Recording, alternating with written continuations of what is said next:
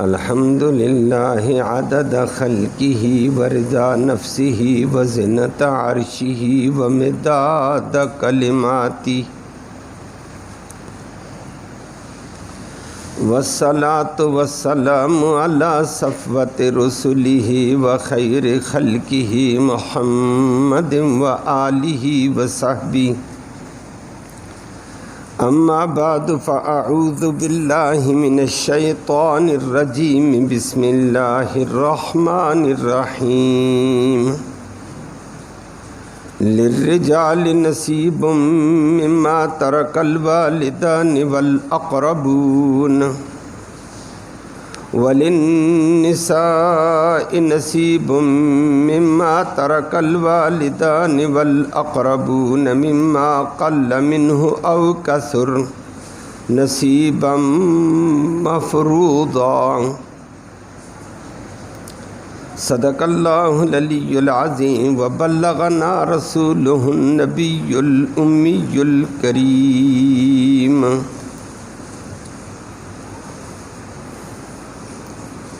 قابل صد تکریم معزز سامعین کرام، ضعفاء مخلوق، کمزور مخلوق اور صنف نازک عورتوں کے حقوق کا تذکرہ آپ سماعت کر رہے تھے سورۃ النساء سے ابتدا سے چلتے ہوئے۔ آج بھی اس کمزور مخلوق، ضعیف مخلوق یتیموں کا حق اور صنف نازک عورتوں کے حق ہی کا ذکر کیا، لیکن وراثت کے اعتبار سے کہ وراثت میں ظالمانہ نظام کے اندر صنف نازک عورت کو محروم کیا جاتا ہے۔ ضعیف مخلوق یتیم بچوں کو محروم کر دیتے ہیں۔ اللہ نے ان کے حق کو بھی بیان کیا اور حق کے حفاظت کا بھی ایک اعلیٰ ترین نظام آگے قائم بیان فرمایا۔ لفظی ترجمہ سماعت فرمائیں، پھر بات کرتے ہیں۔ فرمایا للرجال، مردوں کے لیے ہے نصیب حصہ، مردوں کے لیے چاہے وہ مرد چھوٹے ہیں یا بڑے، ان کا حصہ ہے۔ مما، اس مال میں سے، تارا کا جو چھوڑا ہوگا، الوالدان، ماں باپ نے، والاقربون، اور قریبی رشتہ داروں نے۔ نمبر 2، وللنساء، اور عورتوں کے لیے ہے نصیب حصہ، مما، اس مال میں سے، تارا کا جو چھوڑا ہو، الوالدان، ماں باپ نے، والاقربون، اور قریبی رشتہ داروں نے، مما، اس مال میں سے حصہ ہے، قل، جو مال کم ہو، تھوڑا ہو، منہ، اس ترکے میں سے، او کثر، یا زیادہ ہو، تھوڑا زیادہ، ہر ایک میں مرد کا بھی حصہ، عورت کا بھی حصہ۔ نصیباً، یہ نصیب اور حصہ اللہ کی طرف سے ہے، مفروضہ، فرض کیا ہوا، قطعی، مقرر کیا ہوا۔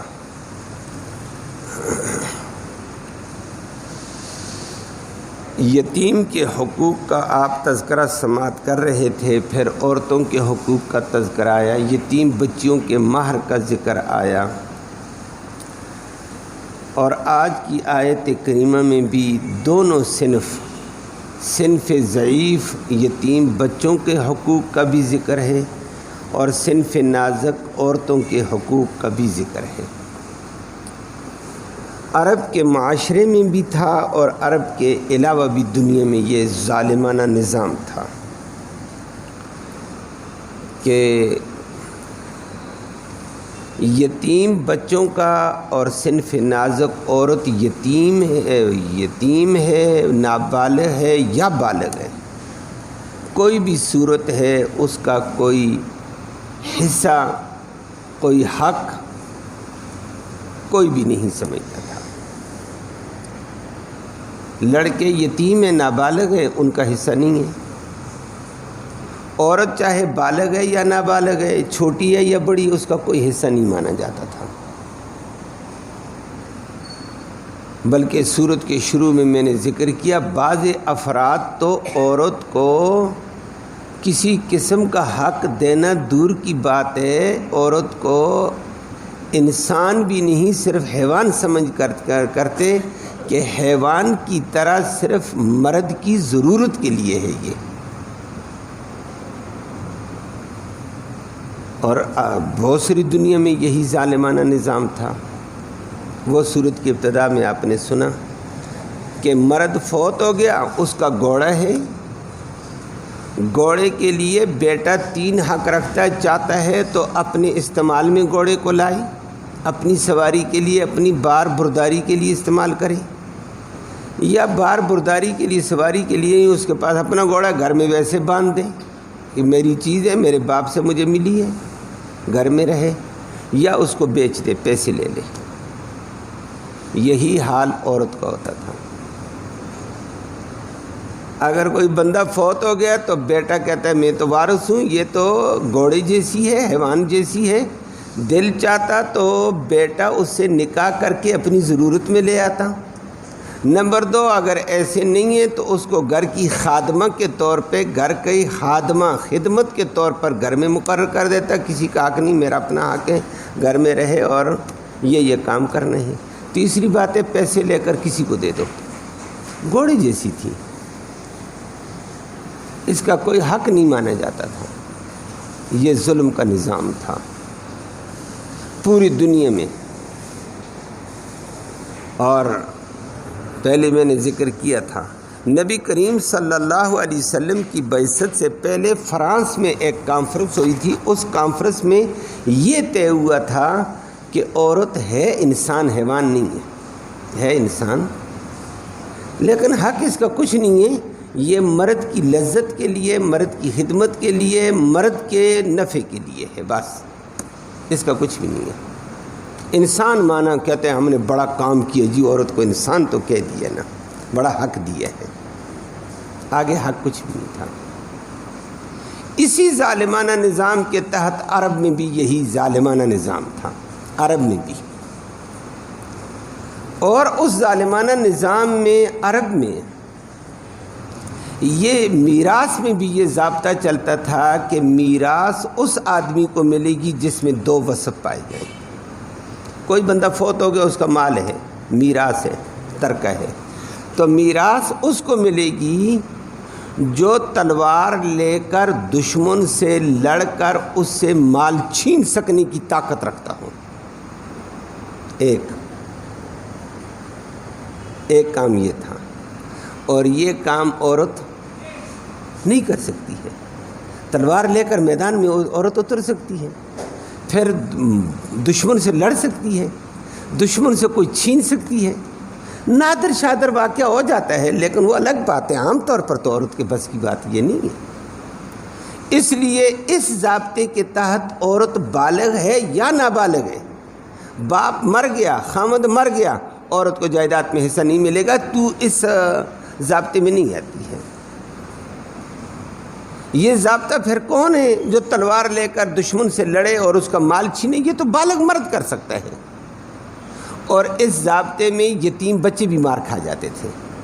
جو نابالغ بچہ ہے وہ بھی تلوار لے کر میدان میں نہیں جم سکتا ہے، لڑ نہیں سکتا ہے، مال نہیں چھین سکتا ہے، فلہذا باپ مر گیا، اس کا بچے ہیں، مذکر ہیں، نر ہیں، لیکن نابالغ ہیں، وہ اس ضابطے کی وجہ سے محروم ہو جاتے ہیں۔ بالغ بچے وارث بن جاتے ہیں کیونکہ بالغ لڑ سکتا ہے، تلوار لے سکتا ہے، مقابلہ کر سکتا ہے، مال چھین سکتا ہے، اس کو حق دے دیں گے جی۔ ایک ضابطہ ان کا یہ، اس ضابطے کی وجہ سے، عرب کے اس ضابطے کی وجہ سے نابالغ بچے بھی میراث سے محروم، باپ کی میراث سے، اور بچیاں چاہے بالغ ہیں یا نابالغ محروم ہیں، بیوی بھی محروم ہے، بالغ ہے بیوی لیکن محروم ہے کیونکہ وہ تلوار لے کر میدان میں نہیں آ سکتی ہے۔ اور دوسرا ضابطہ عرب نے یہ طے کیا کہ میراث کا حقدار وہ ہوگا جو تلوار لے کر گھوڑے کی پشت پر جم کر بیٹھ سکے۔ تو گھوڑے کی پشت پر جم کر بیٹھنا یہ مجاہد اور جرت والے مرد کا کام ہوتا ہے، کمزور مرد بھی اس میں نہیں آ سکتے ہیں۔ تلوار لے کر گھوڑے کی پشت پر بیٹھنا اور لڑنا، میدانوں میں اترنا، یہ بالغ مرد کر سکتے تھے۔ اس ضابطے کی وجہ سے بھی یتیم بچے محروم ہو جاتے تھے۔ باپ کی جائیداد یتیموں کو نہیں ملتی تھی، لڑکوں کو۔ بالغ لڑکے جو تھے وہ لے لیتے تھے، کیونکہ وہ گھوڑے کی پشت پر بیٹھتے تھے، مقابلے کرتے تھے۔ اور عورت چاہے بالغ ہے چاہے نابالغ ہے، چھوٹی ہے یا بڑی ہے، وہ اس ضابطے کی وجہ سے محروم۔ یہ دونوں ظالمانہ ضابطے تھے۔ دونوں ظالمانہ ضابطے کی وجہ سے صنف ضعیف، صنف کمزور مخلوق بچے بھی محروم، نابالغ یتیم، اور صنف نازک عورت مکمل محروم، چاہے بالغ ہے چاہے نابالغ ہے، میراث سے بھی محروم تھے۔ یہ عجیب ظالمانہ نظام تھا عرب میں بھی، اور یہ بڑے عرصے تک چلتا تھا۔ نبی رحمت للعالمین، ساری کائنات کے لیے رحمت بنا کر اللہ نے بھیجا ہے، انسانوں کے لیے، حیوانوں کے لیے، مردوں کے لیے، عورتوں کے لیے، مسلمانوں کے لیے، کافروں کے لیے، رحمت ہی رحمت ہے۔ یہ الگ بات ہے کوئی اس سے جڑ کر رحمت نہ لے سکا تو اس کی اپنی کمزوری ہے۔ وہ رحمت للعالمین تشریف لائے، اللہ نے بھیجا۔ اللہ نے جہاں اور ظالمانہ ضابطے توڑے ہیں، ختم کروائے ہیں، اس کے ذریعے سے یہ ظالمانہ ضابطہ بھی ختم کروا دیا۔ اور آج کی یہ آیت کریمہ تھی، حدیث میں واقعہ موجود ہے، ابو داؤد شریف میں موجود ہے۔ نبی کریم صلی اللہ علیہ وسلم کا صحابی تھا حضرت اوس بن ثابت رضی اللہ تعالیٰ عنہ، غزوہ احد میں شہید ہو گیا۔ پیچھے رہ گئی اس کی ایک بیوی،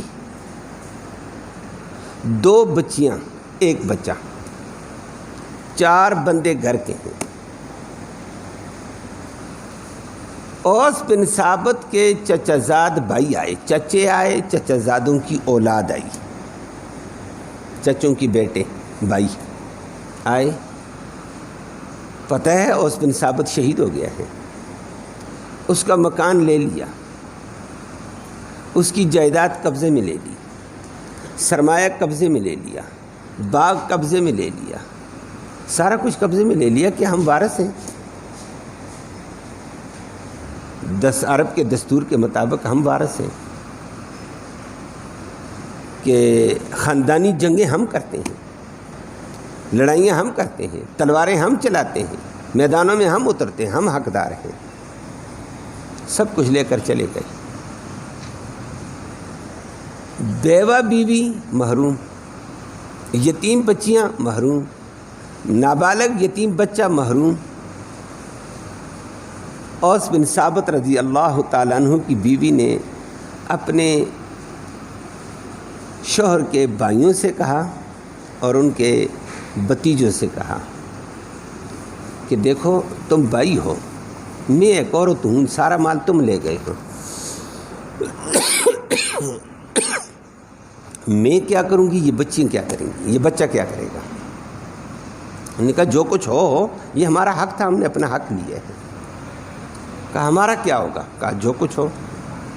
نے کہا اچھا پھر ایسے کرو، یتیم بچیوں کو حق نہیں دیتے ہو تو اپنے بچوں سے یتیم بچیوں کا نکاح کر دو، کم از کم میرے سر سے بوجھ ہلکا ہو جائے گا، یتیم بچیاں آپ کی ہی ہوں گی، مال لے لیا، اپنی بچیاں بھی لے لو، تو میں رہ جاؤں گی اکیلی اور ایک بچہ رہ جائے گا، ہم گزارا دیکھیں گے کیا ہوتا ہے۔ انہوں نے انکار کر دیا، ہمیں ضرورت نہیں ہے، فی الحال رشتہ نہیں لیتے ہیں، مال ہمارا تھا، ہم نے لے لیا ہے، بعد میں وقت آئے گا دیکھیں گے رشتہ لیتے یا نہیں لیتے ہیں، وہ بات کی باتیں ہیں۔ حضرت اوس بن ثابت رضی اللہ تعالیٰ عنہ کی یہ بیوی نبی کریم صلی اللہ علیہ وسلم کی خدمت میں گئی، وہاں جا کر سارا واقعہ ذکر کیا۔ اللہ کے نبی، آپ کو پتہ ہے میرا شوہر آپ کے ساتھ جنگ میں شہید ہو گیا، اور اس کے بھائی آئے سارا مال لے گئے، بھتیجے آئے سارا مال لے گئے، اور میرے پاس کچھ بھی نہیں، بچیاں 2 یتیم رہ گئیں، میں کہتی ہوں بچیوں کو شادی کر لو، وہ نہیں لے کرتے ہیں۔ بچیوں کا بوجھ میرے ساتھ، بچہ بھی ہے، میں عورت ہوں، میں کیا کروں گی؟ مجھے حق دلاؤ۔ تو میرے شوہر کے مال میں سے میرا حق، میری بچیوں کا حق، بچیوں کا میں کیا کروں؟ وہ بار بار روتی رہی۔ لیکن نبی کریم صلی اللہ علیہ وسلم کے بارے میں اللہ نے قرآن میں کہہ دیا وما ینطق عن الہویٰ ان ہوا الا وحی یوحیٰ، نبی تو اپنی مرضی سے نہیں بولتا ہے، وحی الہی سے بولتا ہے۔ اب وحی آئے گی تو نبی بولے، نبی چپ، توقف، نبی جواب ہی نہ دیں، یہ بھی نہیں کہیں تمہارا حق نہیں ہے۔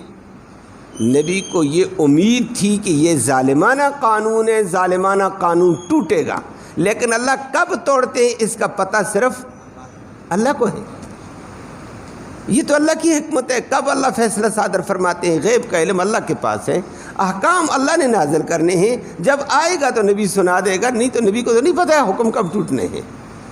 اتنی امید تھی اللہ کا اس حکم کو توڑے گا، نہ بھی نہیں کرتے اور بھی کچھ نہیں بولتے۔ بی بی صاحبہ روتی جا رہی ہے، فریاد کرتی جا رہی ہے، ایک دفعہ یہ اللہ کے نبی کچھ بتاؤ تو صحیح، اللہ کے نبی کچھ بتاؤ تو صحیح، نبی چپ۔ کہ ایک عورت کی فریاد سن کر نبی اس کو محروم بھی نہیں کرتے اور امید بھی نہیں ہے کہ اللہ کچھ کرے گا، صرف چپ۔ اوس بن ثابت کی بیوی رو کر ایک طرف ہو کر بیٹھی کہ اللہ کا نبی جواب نہیں دیتا ہے، اللہ کی طرف متوجہ، اللہ نبی جواب نہیں دیتا ہے، تیری دربار میں درخواست ہے، تو رحم کا معاملہ کر۔ نبی کریم صلی اللہ علیہ وسلم پر وحی نازل ہوئی ہے، یہی آیت نازل ہوئی ہے جو آپ نے ترجمہ سنا۔ نبی پر وحی کی کیفیت آئی ہے، نبی کریم صلی اللہ علیہ وسلم پر یہ پہلی وحی میراث کے اور یتیم بچیوں کے، عورتوں کے، یتیم بچوں کے حقوق کے تحفظ کے لیے یہی آیت آئی ہے۔ ان کا حقوق بیان کیے، آگے حقوق کا تحفظ کے ضابطے آگے آنے والے ہیں۔ پھر مزید تفصیل یوصیکم اللہ فی اولادکم للذکر مثل حظ الانثیین، دوسرے رکوع سے چلنے والی بڑی تفصیل آ رہی ہے۔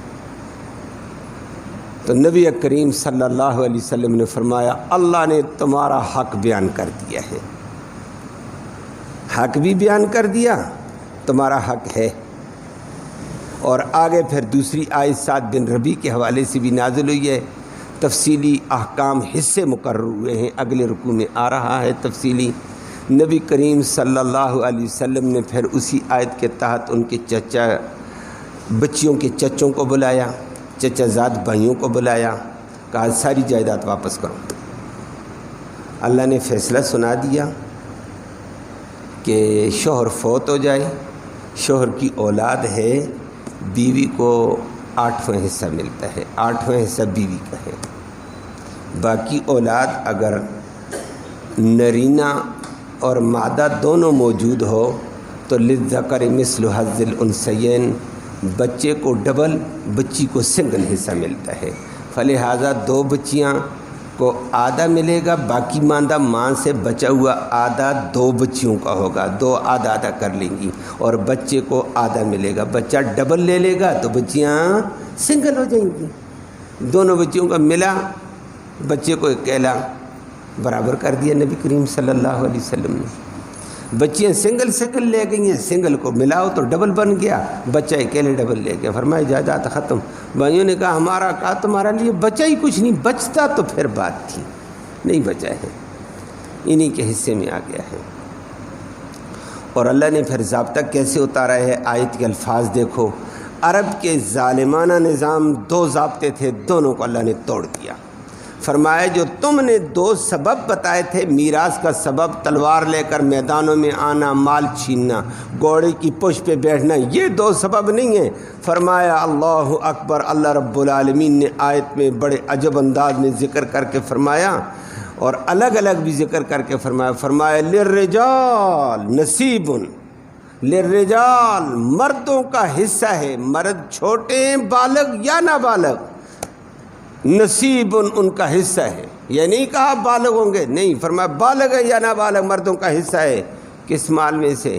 مما ترکل والدان، جو بھی والدینوں نے چھوڑا ہو، والاقربون یا قریبی رشتہ داروں نے چھوڑا ان کا بھی حصہ، وللنساء نصیب، عورتوں کا بھی حصہ ہے، عورت بالغ ہے یا نابالغ اس کا حصہ ملے گا، نصیب اس کا بھی حصہ، مما ترک الوالدان والاقربون، ان کے والدینوں نے جو چھوڑا یا قریبی رشتہ داروں نے جو چھوڑا، ہر ایک کو حصہ ملے گا۔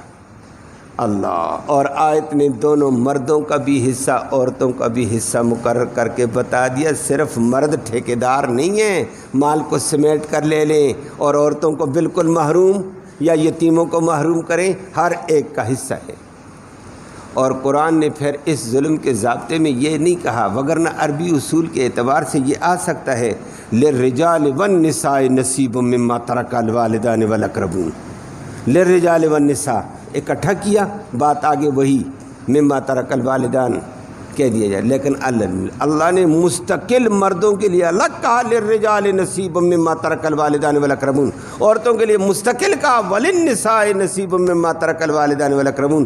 مختصر انداز کو چھوڑ کر تفصیلی انداز میں اللہ نے ہر ایک کو الگ الگ مقرر کر کے حصہ دیا ہے اور فرما دیا یہ نہیں ہے۔ نمبر 2، دوسری بات اللہ نے ان کے ضابطے کو توڑ کر فرمایا، آیت میں غور کرنے سے پتہ چلتا ہے کہ وراثت کے 2 سبب ہیں، وراثت لینے کے 2 سبب ہیں۔ ایک فرمایا الوالدان، والدان میں کون آتا ہے؟ ولادت کا رشتہ، ولادت کے رشتے میں اوپر والدین ہیں یا والدینوں کے والدین وہ بھی والدین ہوتے ہیں، نیچے بیٹا بیٹی ہے، پوتا پوتی ہے، نیچے چلے جاؤ۔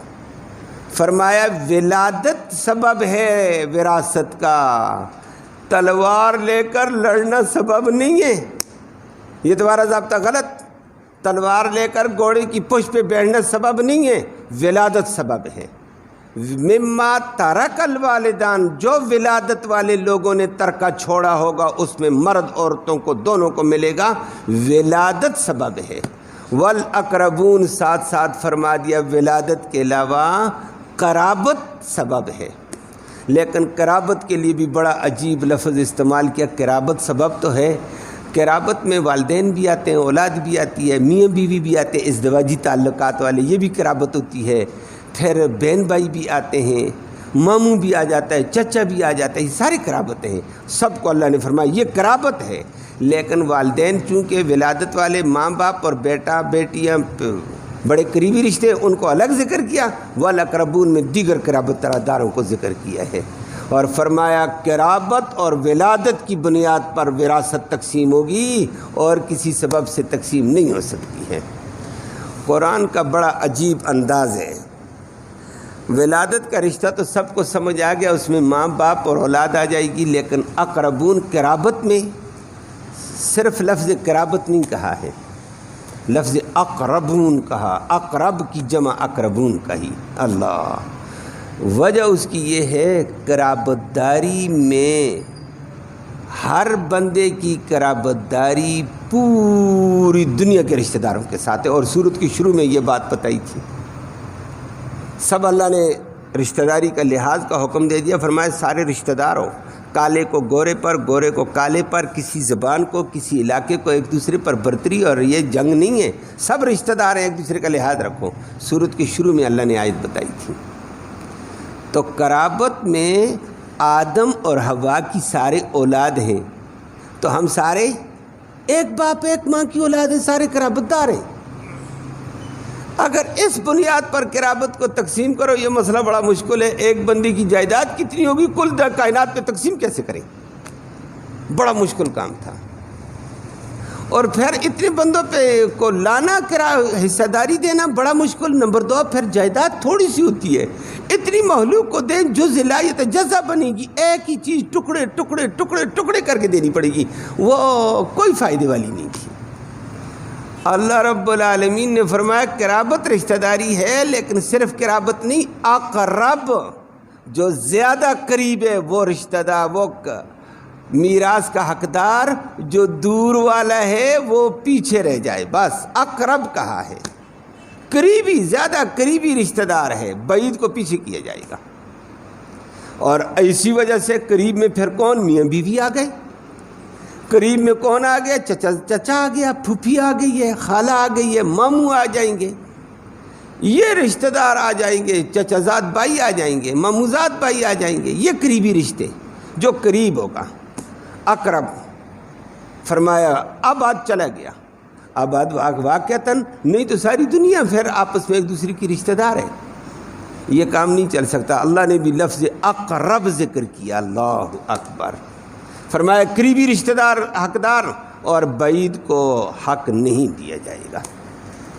اللہ اکبر. اس اقرب کے لفظ نے ایک اور مرحلہ حل کیا. آج کل آئلی قوانین میں بھی بیچاروں میں سکم. آئلی قوانین بہت سارے ایسے ہیں، بنانے والے ہی ایسے تھے، اور بھی ان کے آپ سنتے رہتے ہیں. پہلے سورۃ البقرہ میں طلاق کے، عدت کے، دیگر مسائل میں آپ کو بتا دیا. آئلی قوانین ہمارے پاکستان کا کچھ اور ہے، اسی کے اوپر ہماری ثالثی کونسلیں، ہماری عدالتیں فیصلے کرتی ہیں غلط سلط. قرآن کچھ اور کہہ گیا، حدیث کچھ اور کہہ گئی ہے. یہاں بھی آئلی قوانین والے بیچارے الجھ گئے ہیں، حقیقت کو نہیں سمجھ سکے. تو اللہ کے ساتھ نہ ٹکرایا جائے. اللہ بڑا حکیم ہے، اللہ بڑا عادل ہے. اب اقرب کے ہوتے ہوئے ابعد کو میراث نہیں ملتی ہے. لفظ اقرب آیا ہے، اور بڑا اہم مسئلہ. اور بہت ساری صورتیں ہیں، وہ علماء جانتے ہیں.